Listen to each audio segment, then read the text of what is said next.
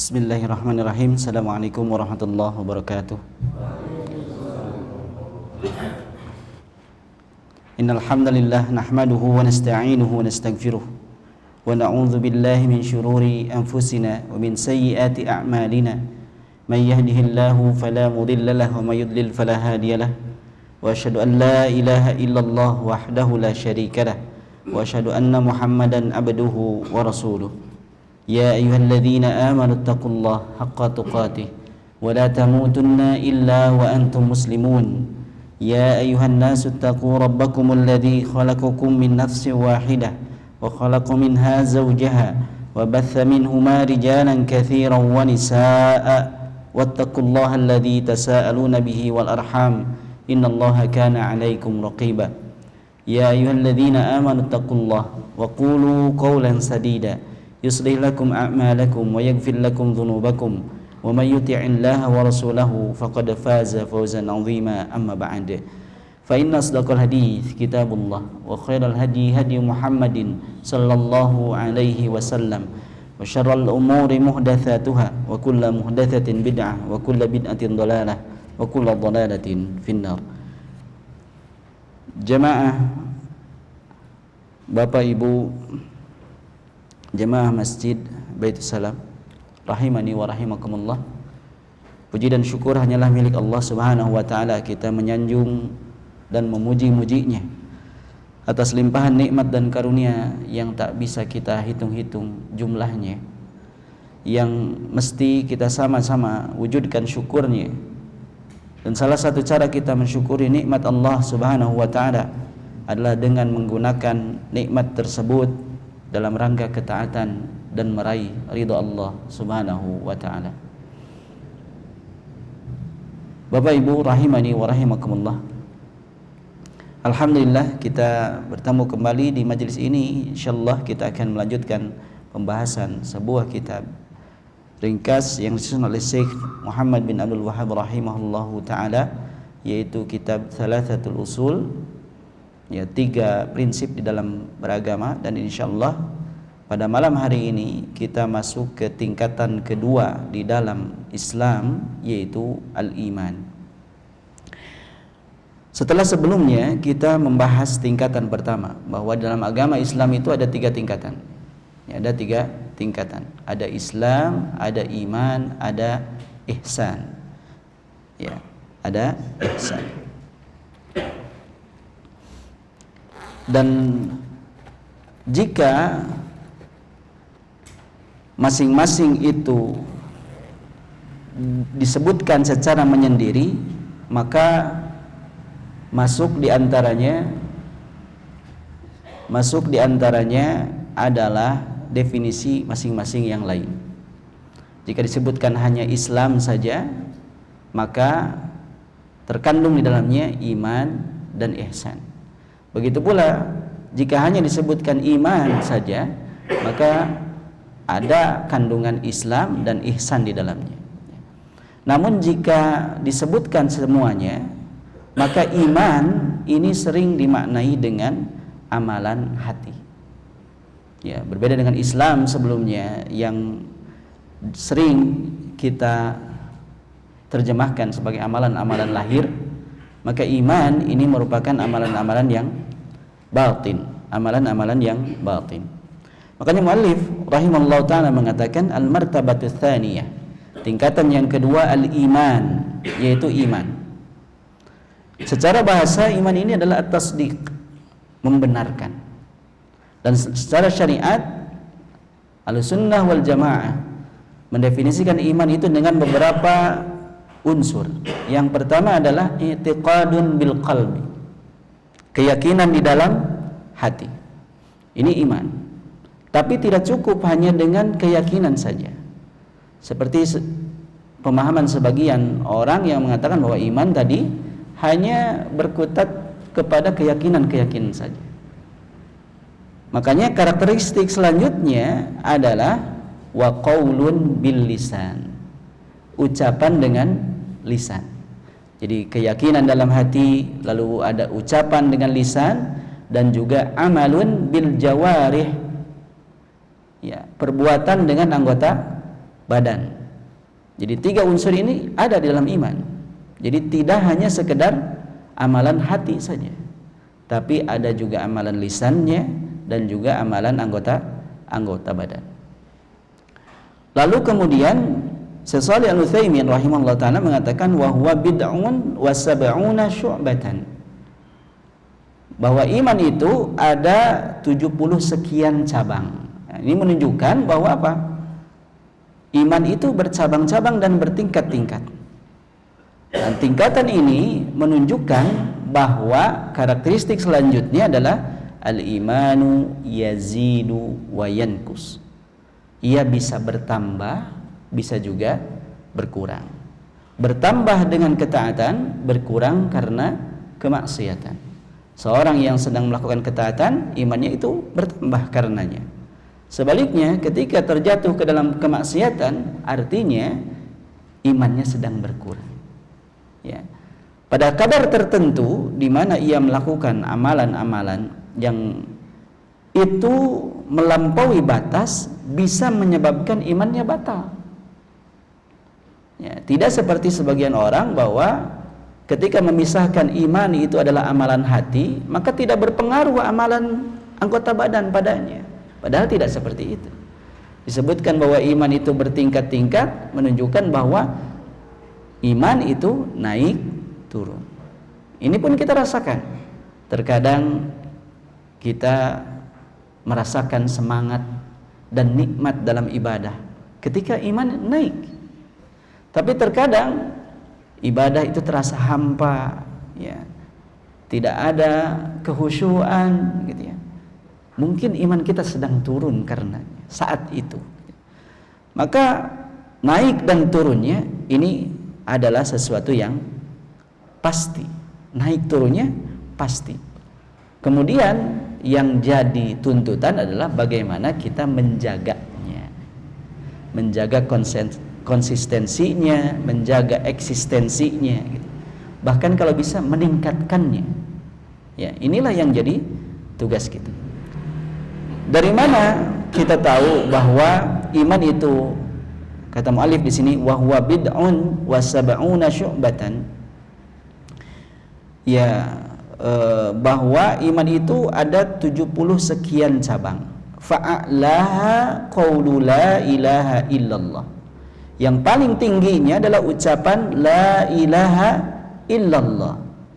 Ucapan tauhid, tidak ada sesembahan yang berhak disembah kecuali Allah. Ini yang paling tingginya.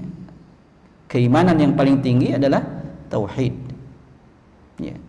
Sebutkan qaul, berarti tadi masuk ke definisi tadi ya, bahwa iman itu i'tiqadun bil qalb wa qaulun bil lisan. Ini qaulul la ilaha illallah, ini adalah tingkatan iman yang paling tinggi. Wa adnaha, dan yang paling rendahnya imatatul adha 'anit thariq, ya, menghilangkan gangguan dari jalanan.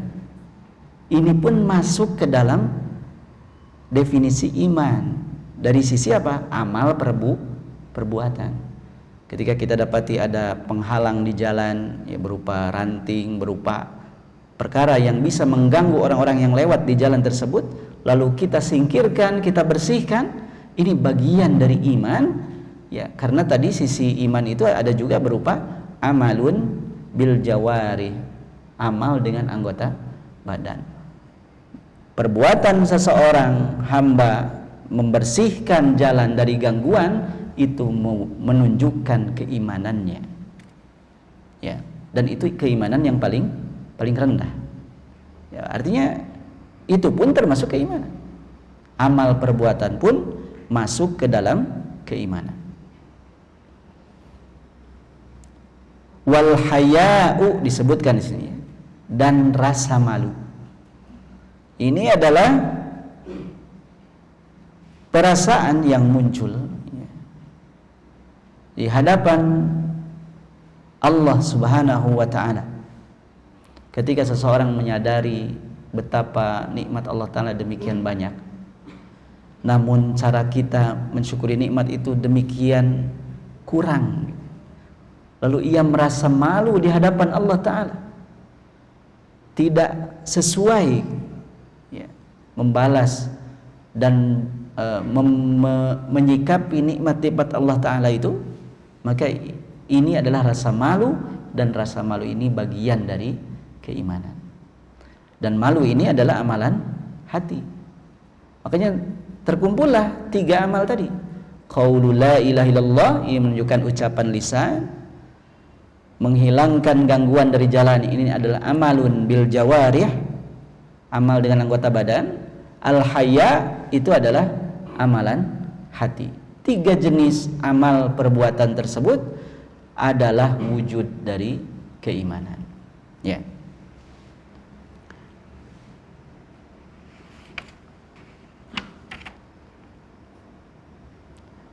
Syekh Shalih Al-Utsaimin rahimallahu taala mengatakan, wal jam'u baina ma tadammanahu kalamul muannif rahimallahu taala min annal iman bid'un wa sab'una syu'bah.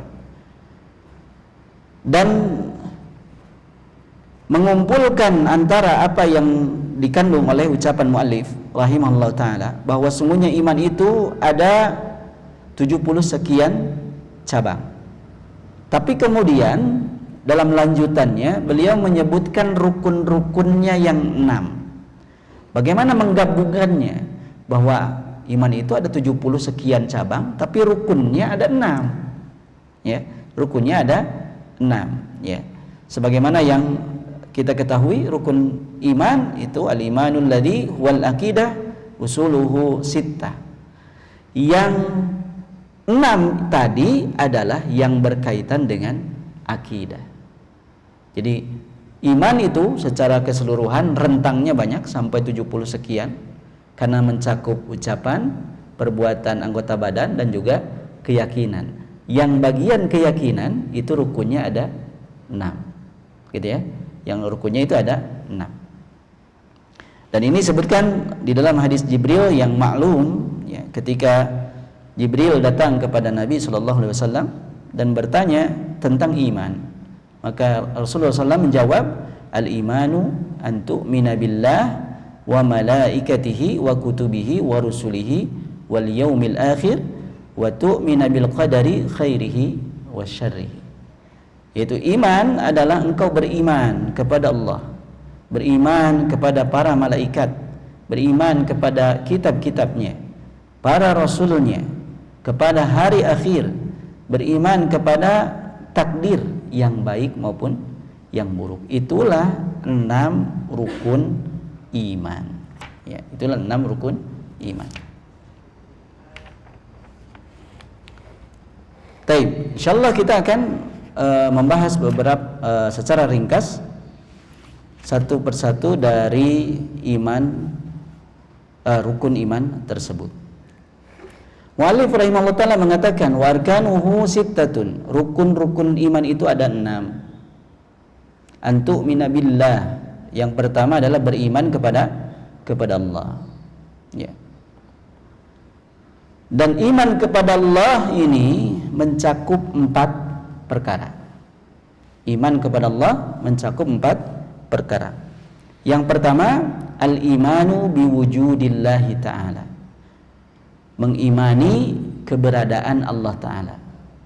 Jadi orang yang mengaku beriman kepada Allah harus yakin bahwa Allah itu ada, ya. Wa qad dalla ala wujudihi ta'ala al-fitratu wal aqlu wasyar'u wal his. Yang menjadi dalil adanya Allah itu dari sisi fitrah, akal, syara, dan juga panca indera. Ada 4 itu, ya. Amma dalalatul fitrati ala wujudihi. Apa dalil fitrah yang menunjukkan adanya Allah?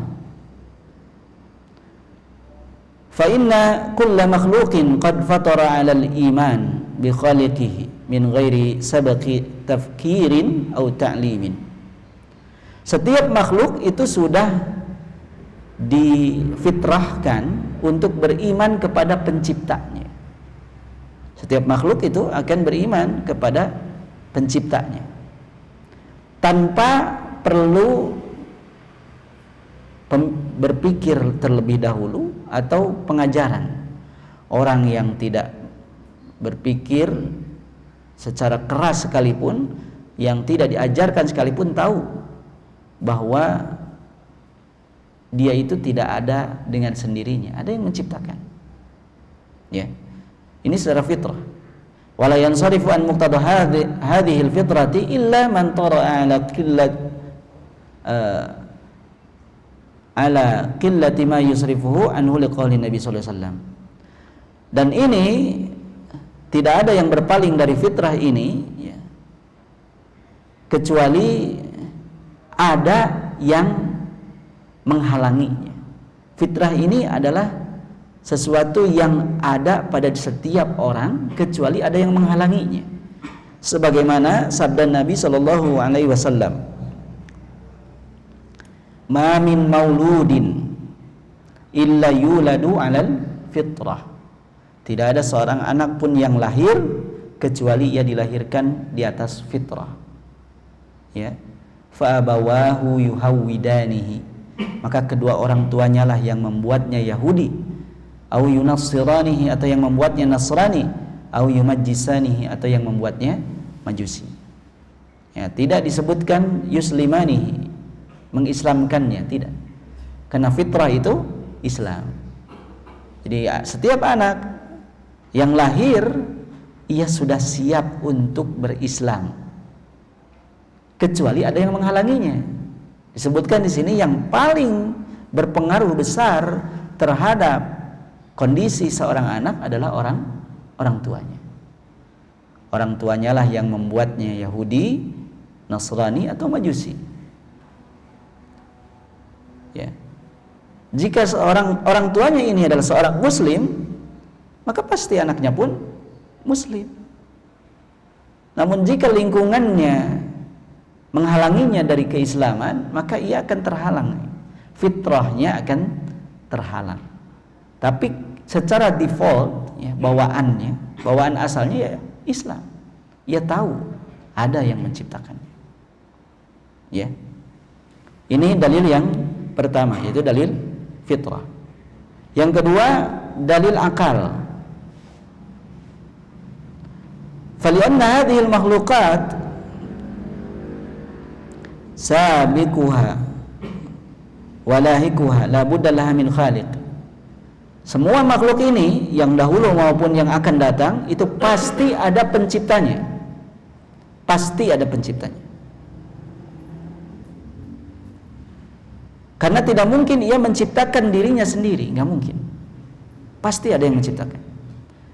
Dan juga tidak mungkin hadir secara tiba-tiba. Tiba-tiba ada saja, tidak mungkin. Tidak mungkin juga ia menciptakan dirinya sendiri, tidak mungkin. Ya. Karena sebelum diciptakan ia adalah sesuatu yang tidak ada. Maka yang mengadakannya itu adalah penciptanya, yaitu Allah. Ya. Karena tidak mungkin seseorang itu, makhluk itu hadir dengan sendirinya, maka kita menyadari secara akal pasti ada pencipta. Ya, keberadaan Allah itu dari sisi akal, ya masuk akal. Ada yang menciptakan, yaitu Allah.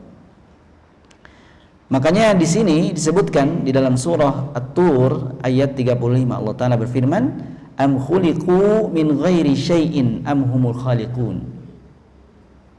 Apakah mereka diciptakan dari sesuatu yang tidak ada, ya, atau mereka lah yang menciptakan? Ini pertanyaan yang menggugah pikiran. Ya. Mereka itu adanya diciptakan dari sesuatu yang tidak ada, atau mereka menciptakan diri mereka sendiri. Ya. Apakah mereka tiba-tiba ada atau mereka menciptakan dirinya sendiri? Gitu. Maka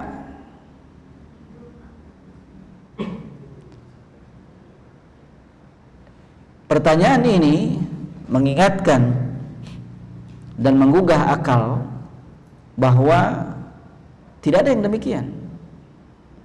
Pasti ada yang menciptakannya. Pasti ada yang menciptakannya.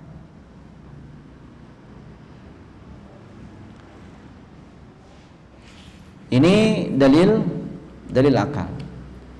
Adapun dalil syara ini banyak ya. Karena sungguhnya kitab-kitab samawi semuanya itu berbicara tentang hal tersebut. Ya. Semua kemaslahatan yang ada baik berupa hukum kauni maupun syar'i itu semua adalah ya bukti adanya Allah Subhanahu wa taala. Ada yang mengatur. Adanya syariat berarti ada yang menetapkannya, yaitu Allah. Adanya pengaturan di alam semesta itu menjadi bukti bahwa adanya Allah Subhanahu wa taala. Dan disebutkan dalam banyak dalil. Ya.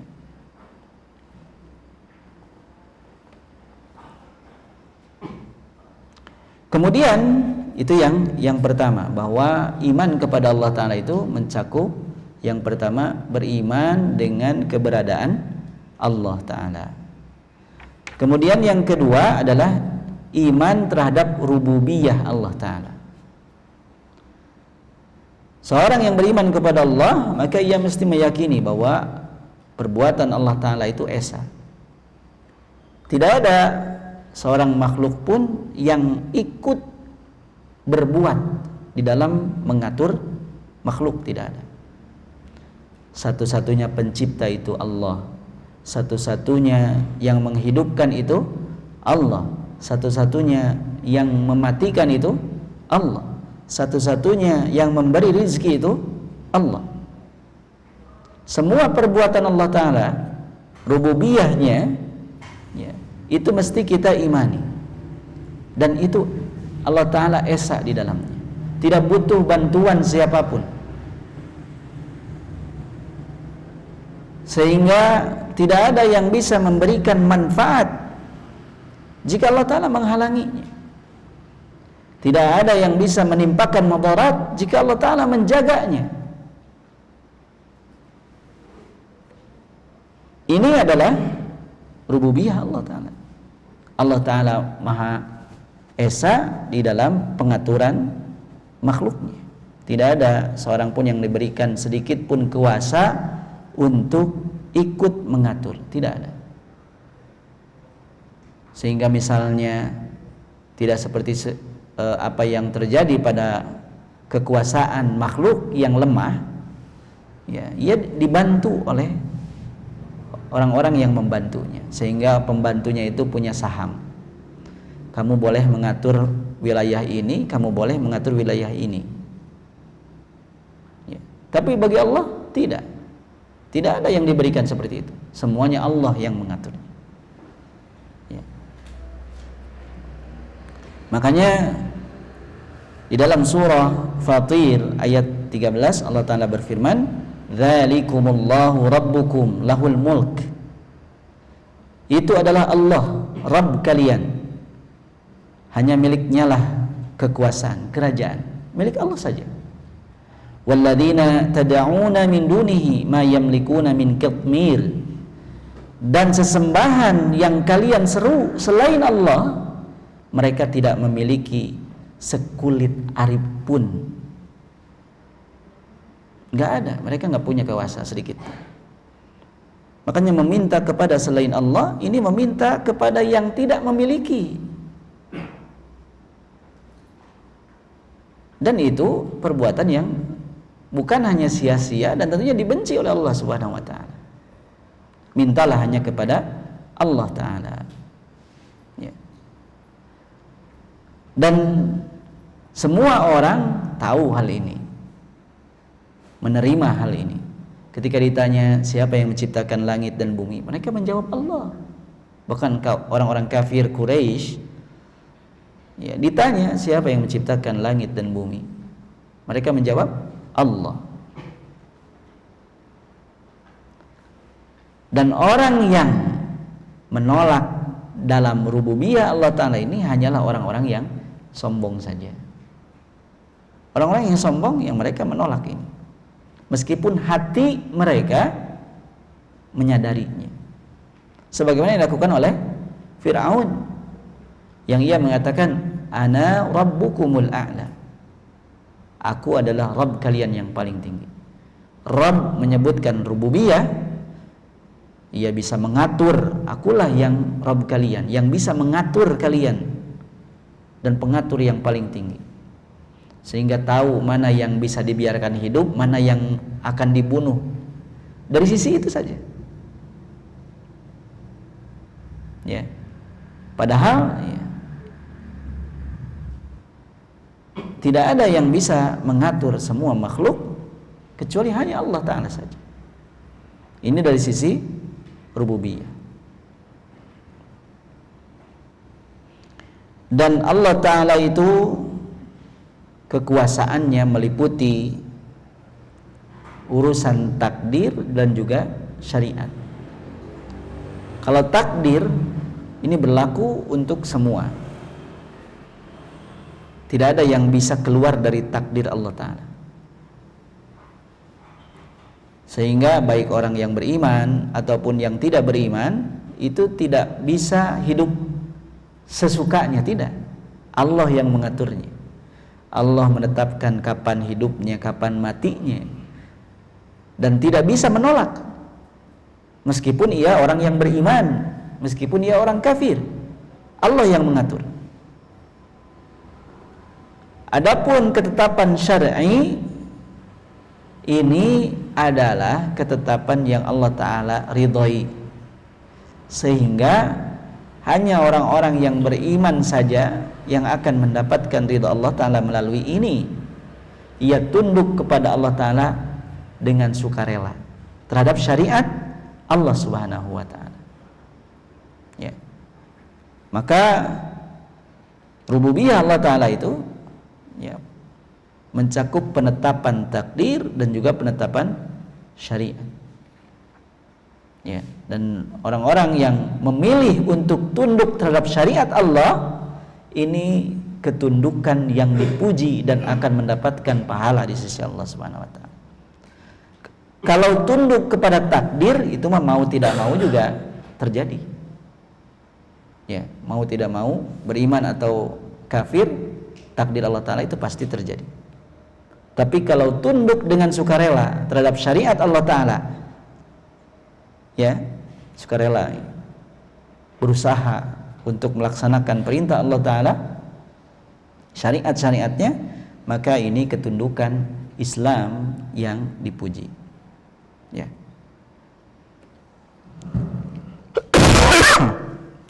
Kemudian yang ketiga adalah iman terhadap uluhiyah Allah Subhanahu wa Ta'ala.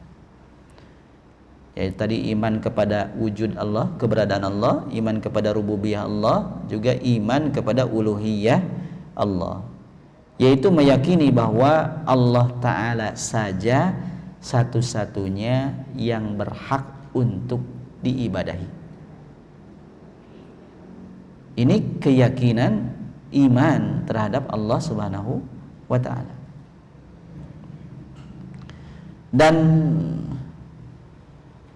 orang yang sudah beriman terhadap rububiyah itu tidak berhenti di sana tuntutannya.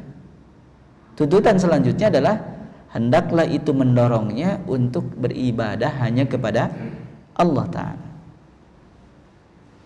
Makanya orang-orang kafir ketika ditanya, "Qul limanil ardu wa man fiha in kuntum ta'lamun."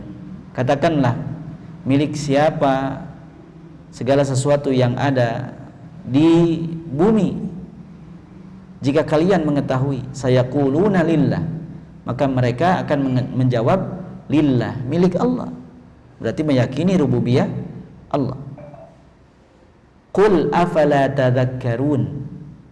Ini yang jadi tuntutannya, bukan hanya sekedar meyakini rububiyah, tapi afala tadhakkarun. Tidakkah kalian mengambil pelajaran? Kalau tahu bahwa Allah Ta'ala yang memiliki semua, kenapa meminta kepada selain Allah? Kalau tahu bahwa Allah Ta'ala yang menciptakan, Allah Ta'ala yang memberi rizki, Allah Ta'ala yang mengatur, kenapa beribadah kepada selain Allah? Begitu. Jadi uluhiyah ini adalah beribadah kepada Allah Ta'ala saja secara ikhlas, ya, tidak mempersekutukannya dengan sesuatu pun. Makanya Allah Ta'ala berfirman di dalam surah Al-Hajj ayat 62. Dzalika bi anna Allaha huwal haqq. Hal itu karena Allah Ta'ala dialah Al-Haq, yang maha benar. Wa anna ma yad'una min dunihi huwal batil. Dan adapun sesembahan yang mereka seru selain Allah itu adalah batil. Jadi Allah Ta'ala itu sesembahan yang hak, sementara sesembahan yang lain adalah sesembahan yang batil. Wa annallaha huwal aliyyul kabir, dan sesungguhnya Allah Ta'ala dialah yang maha tinggi lagi maha besar. Ini menunjukkan bahwa peribadatan kepada Allah Subhanahu wa Ta'ala adalah bagian dari keimanan kepadanya. Tidak dianggap beriman jika ia tidak beribadah kepada Allah. Orang yang beriman kepada Allah, mengaku beriman kepada Allah, mestinya ia beribadah hanya kepada Allah.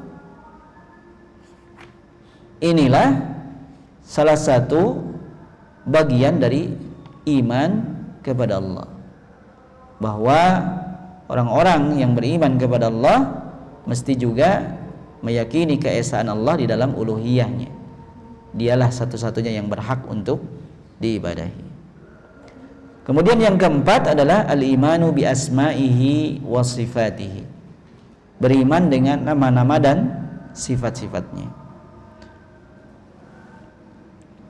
Maksudnya adalah menetapkan apa yang telah Allah Ta'ala tetapkan untuk dirinya di dalam Al-Quran atau di dalam sunnah Rasulullah SAW berupa nama-nama dan sifat-sifat. Allah Ta'ala telah sebutkan di dalam Al-Quran bahwa nama Allah Ta'ala itu Ar-Rahman, maka kita imani bahwa itu nama Allah. Ar-Rahman, Ar-Rahim, itu nama Allah. As-Sami', Al-Basir, itu nama Allah. Maka kita tetapkan sebagaimana Allah Ta'ala pun menetapkan bahwa itu adalah nama baginya. Alal wajhil laik bihi, dengan sesuai dengan sisi yang layak baginya. Layak bagi Allah Ta'ala itu bagaimana? Setiap nama Allah Ta'ala itu mengandung sifat yang paling sempurnanya, tidak ada kekurangan sedikit pun di dalamnya. Jika kita tetapkan Allah Ta'ala memiliki nama As-Sami' yang maha mendengar, maka Allah Ta'ala memiliki sifat sama, pendengaran, dan pendengaran Allah Ta'ala itu sempurna. Bahkan suara yang ada di dalam hati setiap orang Allah tahu, Allah mendengar. Bahkan doa yang dipanjatkan secara sembunyi-sembunyi Allah Ta'ala mendengarnya. Ya. Maka tidak boleh kita tahrif. Tahrif itu artinya memalingkan maknanya, mengubah makna.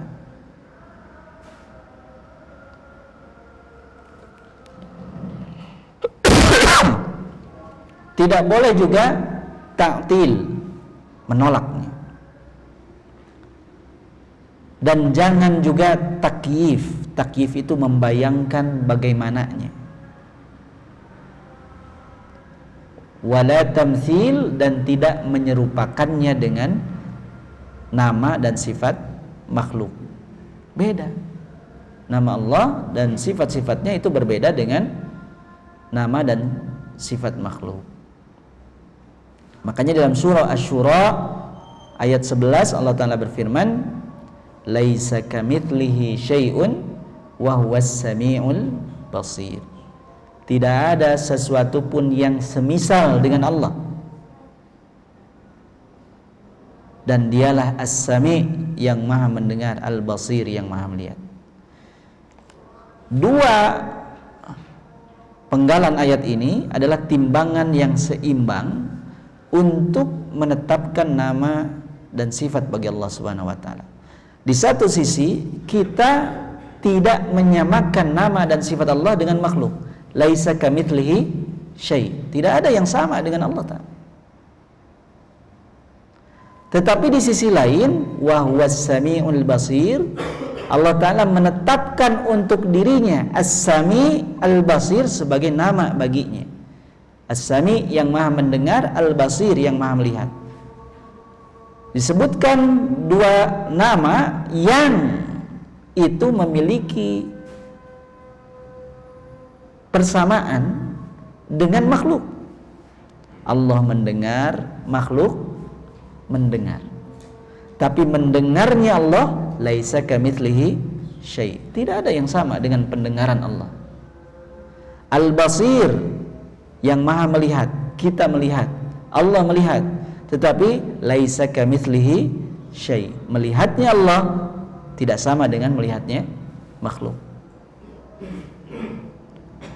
Maka kita tetap As-Sami Al-Basir itu nama bagi Allah Subhanahu wa taala karena Allah yang menetapkannya. Ya, Allah yang menetapkannya, kita pun menetapkannya. Tapi jangan bayangkan itu sama dengan makhluk, jangan. Karena laisa kamitslihi syai'. Ya. Ini adalah 4 hal berkaitan tentang iman kepada Allah Subhanahu wa ta'ala. Ya, insyaallah nanti sedikit kita tambahkan berkaitan tentang rukun-rukun iman selanjutnya setelah jeda salat Isya terlebih dahulu. Sallallahu ala nabiyyina Muhammadin wa ala alihi wa sahbihi wasallam.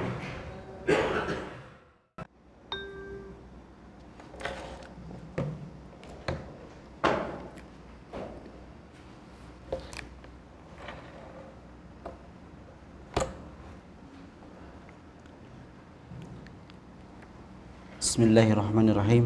Alhamdulillah wassalatu wassalamu ala Rasulillah wa ala alihi wa sahbihi wa mawalah, amma ba'd. Ikhwah wa akhwati fillah, azani Allah wa iyyakum ajma'in. Kita lanjutkan sedikit.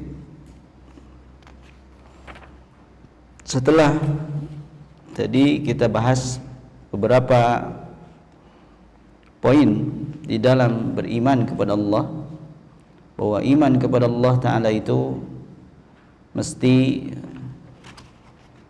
terdiri dari 4 perkara.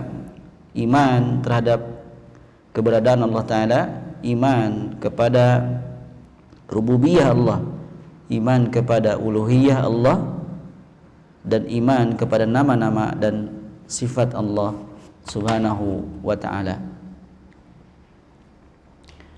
Maka iman kepada Allah Ta'ala ini, sebagaimana tadi disebutkan, akan memberikan dampak bagi seorang yang beriman. Apa dampak iman kepada Allah? Yang pertama adalah tahqiqu tauhidillah ta'ala bihaitsu la yata'allaqu bi ghairihi raja'an wala khaufan wala ya'budu ghairah. Buah dari iman kepada Allah adalah ia akan mengesahkan Allah Ta'ala, sehingga ia tidak akan bergantung kepada selain Allah. Ini buah dari iman kepada Allah. Ia tidak akan takut kecuali kepada Allah, dan ia pun tidak akan beribadah kepada selain Allah. Ini buah yang pertama. Orang yang beriman, maka ia akan bertauhid, mengesahkan Allah Ta'ala di dalam ibadah. Yang kedua adalah kamalu mahabbatillah ta'ala. Ia akan mencintai Allah Ta'ala. Orang yang beriman kepada Allah dari rububiyahnya, uluhiyahnya, orang yang menyadari bahwa Allah Ta'ala lah yang mengatur semua hidupnya. Allah bukan hanya menciptakannya tapi juga memberikan rizki kepadanya, maka itu akan menumbuhkan kecintaan kepada Allah Subhanahu wa Ta'ala. Dan pengaturan Allah Ta'ala itu demikian lembut sampai kita tidak menyadarinya bahwa Allah yang mengaturnya. Wa ta'dhimuhu bi muqtada asma'ihil husna wa sifatihil uliya. Juga mengagungkan Allah Ta'ala berdasarkan nama-nama Allah Ta'ala al-husna yang paling indah, wa sifatil uliya, dan sifat-sifatnya yang paling tinggi, yang paling sempurna. Ketika semakin mengenal Allah Ta'ala dengan nama-nama dan sifat-sifatnya yang paling indah dan paling sempurna, maka kita pun akan mengagungkan Allah Subhanahu wa Ta'ala. Dan yang ketiga adalah tahqiqu ibadatihi bi fi'li ma amara bihi wa jtinabu ma nahaa an. Ya, merealisasikan ibadah kepada Allah dengan melakukan perintahnya, menjauhi larangannya. Ini buah dari keimanan. Makanya tidak benar seseorang yang mengatakan ia beriman kepada Allah tapi tidak melakukan perintah Allah. Maka seseorang yang beriman kepada Allah mesti ia melakukan perintah Allah Ta'ala, menjauhi larangan Allah Ta'ala. Itu adalah iman, rukun iman yang pertama.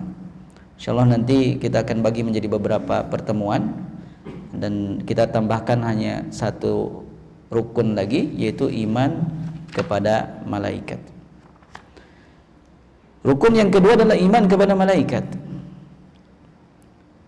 Malaikat ini adalah alamun ghaibi, makhlukun, ya, makhluk gaib. Malaikat itu adalah merupakan makhluk gaib. Abiduna lillahi ta'ala, mereka itu hamba Allah. Malaikat itu hamba Allah. Tidak seperti sebagian orang yang beranggapan bahwa malaikat itu adalah dorongan untuk berbuat baik, sehingga digambarkan ada yang mengajak kepada kebaikan gitu ya, lalu di sisi lain ada yang mengajak kepada keburukan, itu setan. Tidak, malaikat itu hamba Allah Ta'ala juga, ya, hamba Allah Ta'ala. Walaysa lahum min khasaisir rububiyyah wal uluhiyyah syai'. Mereka karena sama-sama hamba Allah tidak memiliki kekhususan baik di dalam rububiyah, pengaturan. Mereka tidak bisa mengatur, Allah yang mengatur. Mereka hanya melaksanakan perintah Allah. Mereka nggak bisa ngatur sendiri, nggak bisa. Mereka melaksanakan perintah Allah. Begitu pula tidak memiliki hak uluhiyah. Hak uluhiyah itu hak untuk disembah, tidak memiliki. Meskipun mereka malaikat.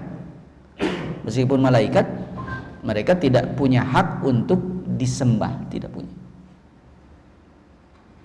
Khalaqahumullahu ta'ala min nur, Allah Ta'ala ciptakan mereka dari cahaya. Wa manahahumul inqiyad at-tam li amrah. Dan Allah Ta'ala anugerahkan kepada para malaikat itu ketundukan yang sempurna terhadap perintah Allah Ta'ala. Ini menunjukkan bahwa ada makhluk Allah Ta'ala yang tunduk secara sempurna kepada Allah, malaikat. Ya. Wal quwwata ala tanfidhihi, dan Allah Ta'ala pun berikan mereka kekuatan untuk melakukan perintah Allah Ta'ala. Makanya kita ketika digambarkan tentang sayap-sayapnya, sayap Jibril yang menutupi ufuk, kita yakini karena itu adalah kabar dari Rasulullah SAW. Itu wahyu dari Allah. Yang gak kelihatan, enggak, kan alam gaib. Ini alam gaib. Dan mereka maha mampu, ya, diberikan kekuatan untuk melakukan tugas-tugasnya, diberikan kemampuan untuk melakukan tugas-tugas. Jumlah mereka itu tidak ada yang tahu kecuali Allah.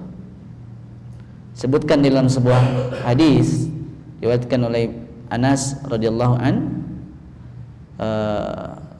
saat menyebutkan tentang kisah Mi'raj Nabi sallallahu alaihi wasallam, bahwa Nabi sallallahu alaihi wasallam rufi'a lahul Baitul Ma'mur fis sama. Beliau diangkat sampai ke Baitul Ma'mur di langit. Yusalli fihi kulla yaumin sab'una alfi malakin. Setiap hari ada yang salat di sana 70.000 malaikat. Idh kharaju lam ya'udu ilaihi akhar ma alaihim.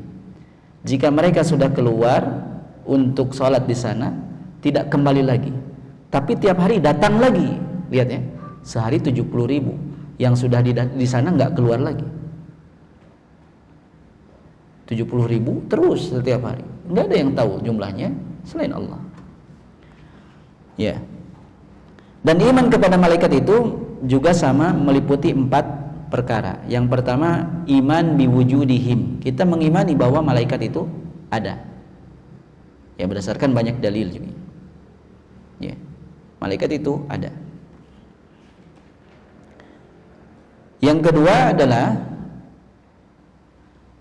beriman kepada para malaikat yang kita tahu namanya, yang diajarkan kepada kita nama-namanya, itu kita imani secara khusus.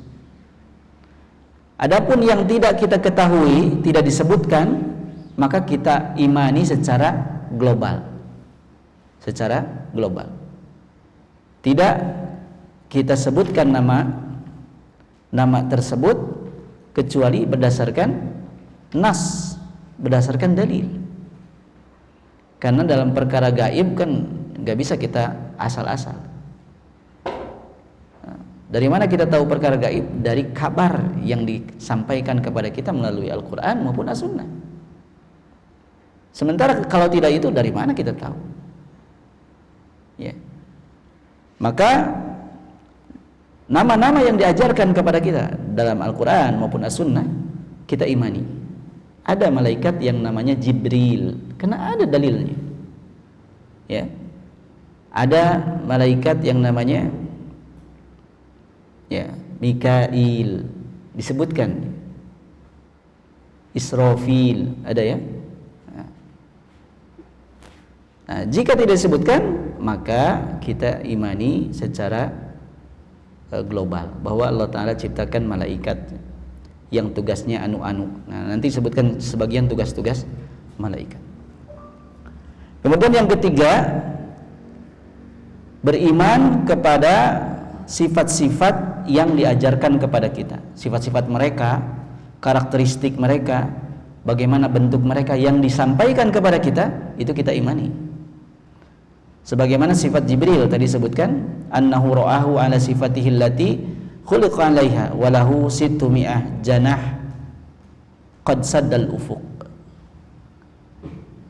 Bahwa Nabi SAW pernah melihat Jibril dalam kondisi sesungguhnya, kondisi realnya, ya, yang ia itu memiliki 600 sayap. Lihat ya. Nabi yang menyampaikan, Nabi pernah melihatnya, dan kondisinya seperti itu. Kita imani 600 teh kumaha, kayaknya kumaha dah kita nggak ngelihat, tapi imani karena itu adalah hadis. Apa yang disampaikan oleh Rasulullah Sallallahu Alaihi Wasallam. Dan terkadang malaikat itu berubah menjadi sosok manusia, gitu ya. Sebagaimana yang terjadi saat Jibril bertanya kepada Nabi Sallallahu Alaihi Wasallam tentang Islam, tentang iman, tentang ihsan. Ya. Lalu datang kepada Maryam, ya, berupa seorang laki-laki juga, ya. Datang juga kepada Nabi Sallallahu Alaihi Wasallam, ya. Ya, saat yang tadi disebutkan menjelaskan tentang Islam, iman dan ihsan. Dan di akhir hadis disebutkan hada Jibril atakum yu'allimukum dinakum. Ya. Ini adalah Jibril yang datang kepada kalian untuk mengajarkan kepada kalian tentang agama kalian. Ya saat itu, saat jadi manusianya nggak ada yang kenal gitu. Ya, setelah berlalu disampaikan oleh Rasulullah, itu Jibril. Tapi ya para sahabat tidak melihat dalam wujud aslinya gitu, tapi dalam wujud manusia gitu. Begitu pula malaikat yang diutus kepada Nabi Ibrahim, Nabi Lut, itu berbentuk bersosok manusia. Nah, itu sifat-sifat seperti itu kita imani karena ada dalilnya. Kemudian yang keempat, beriman kepada tugas-tugas mereka yang Allah Ta'ala perintahkan kepada mereka. Ya, perbuatan mereka kita pun mengimaninya, seperti mereka bertasbih, mereka beribadah kepada Allah siang dan malam, ya, tanpa futur. Ya, futur itu jadi malas, capek gitu, lelah. Tidak seperti manusia, kadang-kadang ada semangatnya, ada malasnya. Malaikat tidak, mereka beribadah kepada Allah siang dan malam tanpa lelah. Dan ada juga tugas-tugas khusus. Nah, di sini disebutkan nih oleh Syekh Shalih Al-Utsaimin rahimahullah taala, di antara tugas-tugas khusus dari para malaikat seperti Jibril Al-Amin, ia ditugaskan untuk menyampaikan wahyu kepada para nabi dan rasul. Ini Jibril disampaikan seperti itu, kita imani, tugas khusus nih. Kemudian ada Mikail, ya, yang ia ditugaskan untuk mengurus urusan hujan dan tumbuh-tumbuhan. Kapan turunnya? Itu perintah Allah, tapi tugasnya diberikan kepada Mikail. Tapi bukan berarti Mikail itu memiliki kuasa untuk mengatur hujan, enggak, Allah yang mengatur. Ya.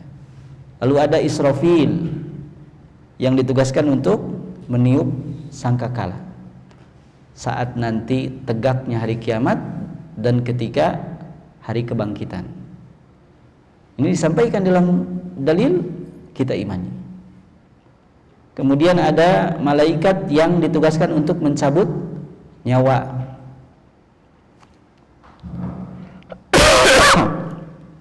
Dalam kisah-kisah Israiliyat ini kita kenal dengan Israel, meskipun yang betul, yang benar ya berdasarkan dalil itu namanya malakul maut. Israel itu hanya bahasa yang beredar di masyarakat, itu adalah malaikat pencabut nyawa, tapi tidak ada dalilnya. Itu hanya berdasarkan Israiliyat. Israiliyat itu adalah dongeng-dongeng yang beredar di masyarakat. Tapi berdasarkan dalil, malaikat pencabut nyawa itu disebut malakul maut. Ya, malakul maut. Kemudian ada Malik.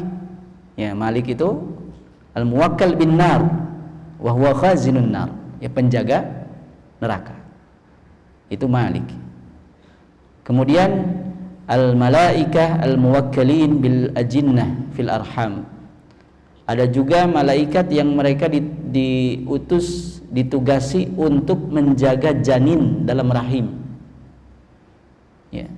Idza tamma lil insani arba'atu ashhur fi batni ummihi. Jika seseorang itu sudah berumur 4 bulan, janinnya itu berumur 4 bulan di perut ibunya, Allah Ta'ala utus kepadanya seorang malaikat gitu ya. Nah, ini ada malaikat yang diutus kepada janin dalam rahim.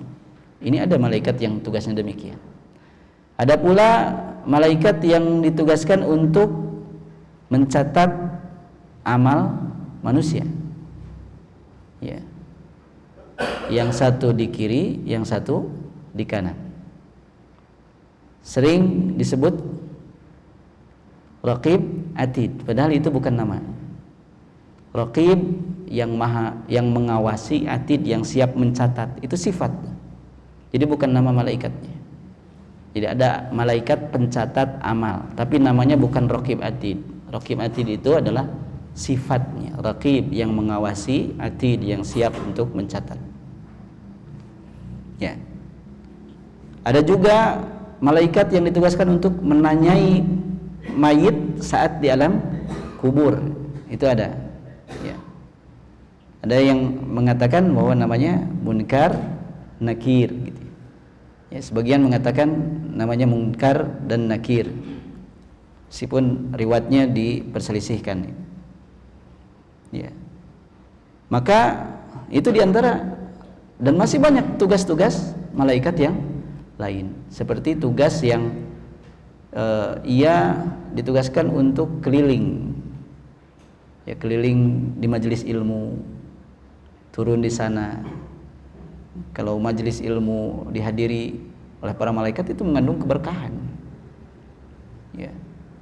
Lalu yang menjaga di kanan kiri, ya, depan belakang itu malaikat penjaga, sehingga tidak akan mengenai seseorang kecuali apa yang Allah Ta'ala tetapkan kepadanya. Itu ada. Jadi masih banyak tugas malaikat yang lain, dan tugas-tugas itu kita imani, kita mengimaninya. Kemudian apa buah kita beriman kepada para malaikat? Yang pertama, al-ilmu bi'azamatillahi ta'ala wa quwwatihi wa sultanihi. Kita semakin mengetahui keagungan Allah Ta'ala, kekuatan Allah Ta'ala, dan kekuasaan Allah Ta'ala. Bagaimana Allah Ta'ala pun maha mampu untuk menciptakan makhluk yang demikian besar, seperti Jibril misalnya gitu. Sedemikian kuat, seperti malaikat penjaga gunung gitu. Ya. Kalau makhluknya aja demikian kuat, apalagi Khaliqnya. Maka beriman kepada para malaikat ini semakin membuat kita yakin tentang keagungan dan kekuatan Allah Ta'ala. Yang kedua adalah syukrullah Ta'ala ala inayatihi bi bani Adam. Kita bersyukur kepada Allah Ta'ala, ya, atas perhatian Allah Ta'ala terhadap manusia. Karena malaikat ini diciptakan untuk apa? Untuk manusia. Malaikat Jibril itu menyampaikan wahyu kepada para nabi, kepada manusia. Allah Ta'ala perhatian kepada manusia, dan diciptakan malaikat, ya, sebagai bentuk perhatian tersebut. Ini membuat kita harusnya semakin bersyukur kepada Allah Ta'ala. Bagaimana Allah Ta'ala pun tidak akan menyia-nyiakan amal karena ada yang mencatatnya, meskipun nggak ada yang tahu. Amal kebaikan sekecil apapun tidak akan luput dari balasan Allah Ta'ala, karena ada malaikat yang ditugaskan untuk mencatatnya, yang akan jadi saksinya. Nah, ini apa? Perhatian terhadap manusia. Kita bersyukur kepada Allah Subhanahu wa Ta'ala. Kemudian yang ketiga adalah mencintai para malaikat ala ma qamu bihi min ibadatillah, karena mereka beribadah kepada Allah Ta'ala. Ya.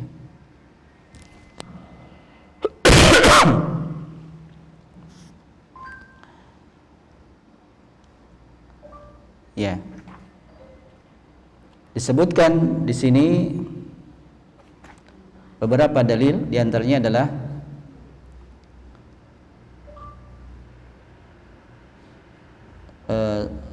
dalam Sahih Al-Bukhari dari Abu Hurairah radhiyallahu an, Nabi sallallahu alaihi wasallam bersabda, "Idza ahabballahu al-'abda nada Jibril." Jika Allah Ta'ala mencintai seorang hamba, maka Allah Ta'ala akan menyeru Jibril. Innallaha yuhibbu fulanan fa'ahibbah. Sungguhnya Allah Ta'ala mencintai fulan, maka cintailah dia. Maka fayuhibbuhu Jibril. Jibril pun mencintainya. Lihat ya, Allah mencintai seorang hamba, Allah panggil Jibril. Allah mencintai fulan, maka Jibril pun mencintainya. Fayunadi Jibril fi ahli sama, kemudian Jibril pun memanggil para malaikat yang ada di langit. Innallaha yuhibbu fulanan fa ahibbuh. Sungguhnya Allah Ta'ala mencintai fulan, maka cintailah dia. Maka semua malaikat yang ada di langit mencintainya. Fayuhibbuhu ahlus sama, maka kemudian para malaikat yang ada di langit itu mencintainya. Summa yudha'u lahul qabul fil ard. Kemudian diletakkan untuknya al-qabul fil ard, di muka bumi. Dia akan diterima di muka bumi. Makanya ketika meninggal disebutkan dalam sebuah hadis, ruhnya itu diambil ke langit, ditanya siapa, dan orang-orang yang Allah Ta'ala cintai dikenal di langit, dikenal di langit. Maka ini dalil-dalil yang banyak yang menyebutkan tentang malaikat, alam gaib yang merupakan hamba Allah Subhanahu wa Ta'ala. Ini semakin membuat kita yakin dengan seyakin-yakinnya bahwa Allah Ta'ala itu maha luas kekuasaannya, maha mampu untuk melakukan segala sesuatu, dan dialah satu-satunya yang layak untuk kita ibadahi. Insyaallah kita akan lanjutkan nanti ya, rukun-rukun yang selanjutnya pada pertemuan selanjutnya. Ya, sampai di sini dulu pembahasan kita. Mudah-mudahan apa yang kita pelajari ini ada faedah dan manfaatnya. Kita cukupkan, kita tutup dengan kafaratul majlis. Subhanakallahumma wa bihamdika asyhadu an la ilaha illa anta astaghfiruka wa atubu ilaik. Astaghfirukum. Assalamualaikum warahmatullahi wabarakatuh.